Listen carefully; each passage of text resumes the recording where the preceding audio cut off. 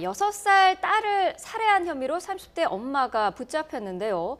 자, 이 엄마의 이야기를 들어봤더니 영화를 보다가 영화에서 퇴마의식을 하는 것을 보고 따라했다라는 그런 진술을 했다고요. 네, 그 귀신을 쫓기 위해서 그 6살 그 아이를 그 목조르는 행위를 무려 50분 동안 했다. 이렇게 그 진술했습니다. 네. 그런데 이 진술이 정말 진정성이 있는가는 조금 더 조사가 있어야 되지 않는가 생각이 됩니다. 네. 왜냐하면 이 이전 진술은 또 뭐라고 얘기를 했었냐면 꿈에서 일정한 행위가 이제 있었기 때문에 그래서 했다라고 얘기를 했습니다.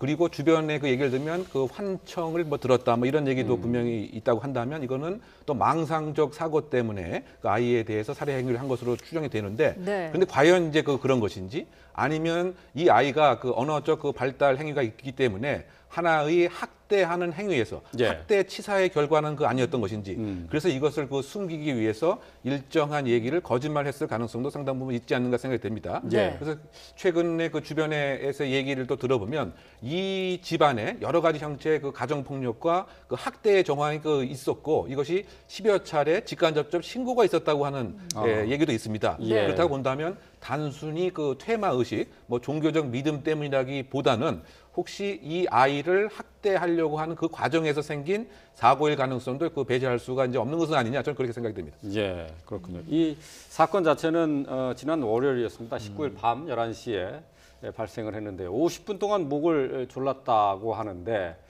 글쎄 이게 어떤 퇴마 의식으로 했다고 하는 게 잘 믿겨지지 않는데 말이죠. 네.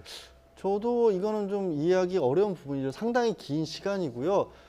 퇴마의식이라고 하는 그 관련 사건들이 좀 꽤 나오지 않습니까? 뭐 퇴마를 한답시고 사람을 학대를 했다거나 뭐 지나치게 폭력을 가해서 죽음에 이르게끔 만드는 이런 일들인데 네. 어떤 영화도 그렇고 실제 뭐 퇴마의식이라고 하는데도 이게 믿고 안 믿고의 문제가 아니라 어떤 정신적인 영적인 문제라서 사람 몸에 직접 손을 대는 게 아니거든요. 영화에도 비슷하게 묘사가 될 겁니다. 그래서 저 얘기는 두 가지 가능성, 친모가 어떻게든 자신이 한 범죄 사실에 대한 핑계 내지 변명을 만들어내고 있다는 것이 하나가 있을 수 있고, 두 번째는 그만큼 친모가 실제로도 뭔가 어떤 정상적인 인지 상태가 아닐 수도 있다라는 것도 가능해 보인다. 그래서 반드시 어떻게 보면 정신감정이라든가 이런 부분들이 따라야 될 것이게 50분이라는 시간은 굉장히 긴 시간입니다. 고통을 주어지는 걸로 본다면 이게 어마어마하게 큰 고통을 딸에게 주었던 거거든요. 그런 일을 그냥 TV를 보고 따라했다?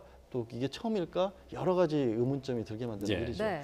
앞서서 그 학대 가능성 말씀을 하셨는데 말이죠. 이 어린이는 그 6살 딸은 언어 발달 장애를 갖고 있었던 것으로 알려져 있죠. 네, 그렇습니다. 그러다 보니까 혹시 이 그 장애적 그 문제가 이 부모에게 뭐 실망감 또는 나름대로의 뭐 분노를 자아낸 것은 아닌가 이런 또 생각을 해볼 수가 있고요. 네. 또 이 남편이 이 모친에게 엄마에게 상당한 가정 폭력을 또 행사한 것을 봐서는 혹시 이것에 대한 그 보복 감정으로 이 아이에게 감정이 그 전이 돼서 했을 가능성 상당 부분 이제 있는 것 같습니다. 그래서 오빠도 있긴 한데 그 어린이집을 그 한 2주째 그 안 나오고 있는 뭐 이런 그 상황이었고 아마 이 날 오전에 현장 교육을 가자라고 연락을 했는데 아무런 이제 반응이 없었다 이런 얘기들이 있는 거 봐서는 단순히 그 퇴마 의식이라보다 만약 퇴마 의식이 있었다고 한다면 아마 조사 과정에서 여러 가지 종교적인 심취 행위라든가 평상시에 그 종교적으로 의존하는 뭐 이런 것도 좀 알려줬어야 되는데 그것은 이제 없는 이런 입장에서는 아동 학대의 가능성이 상당 부분 있지 않겠는가 이런 예상을 그 해보고요.